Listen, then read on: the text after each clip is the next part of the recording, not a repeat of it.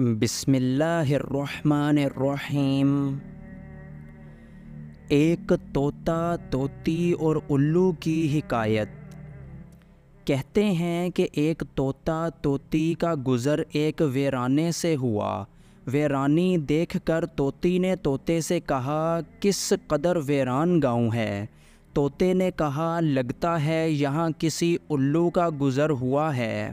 جس وقت طوطا طوطی باتیں کر رہے تھے، عین اسی وقت ایک الو بھی وہاں سے گزر رہا تھا۔ اس نے طوطے کی بات سنی اور وہاں رک کر ان سے مخاطب ہو کر بولا، تم لوگ اس گاؤں میں مسافر لگتے ہو، آج رات تم لوگ میرے مہمان بن جاؤ، میرے ساتھ کھانا کھاؤ۔ الو کی محبت بھری دعوت سے طوطے کا جوڑا انکار نہ کر سکا اور انہوں نے الو کی دعوت قبول کر لی۔ کھانا کھا کر جب انہوں نے رخصت ہونے کی اجازت چاہی تو الو نے طوطی کا ہاتھ پکڑ لیا اور کہا، تم کہاں جا رہی ہو؟ طوطی پریشان ہو کر بولی، یہ کوئی پوچھنے کی بات ہے، میں اپنے خاوند کے ساتھ واپس جا رہی ہوں۔ الو یہ سن کر ہنسا اور بولا، یہ تم کیا کہہ رہی ہو؟ تم تو میری بیوی ہو۔ اس پہ طوطا طوطی الو پر جھپٹ پڑے اور گرما گرمی شروع ہو گئی۔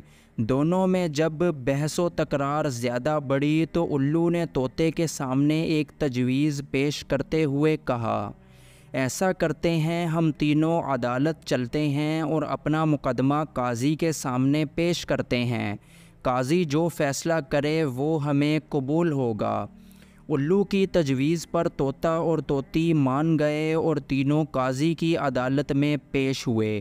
قاضی نے دلائل کی روشنی میں الو کے حق میں فیصلہ دے کر عدالت برخاست کر دی۔ طوطا اس بے انصافی پر روتا ہوا چل دیا تو الو نے اسے آواز دی، بھائی اکیلے کہاں جاتے ہو؟ اپنی بیوی کو تو ساتھ لیتے جاؤ۔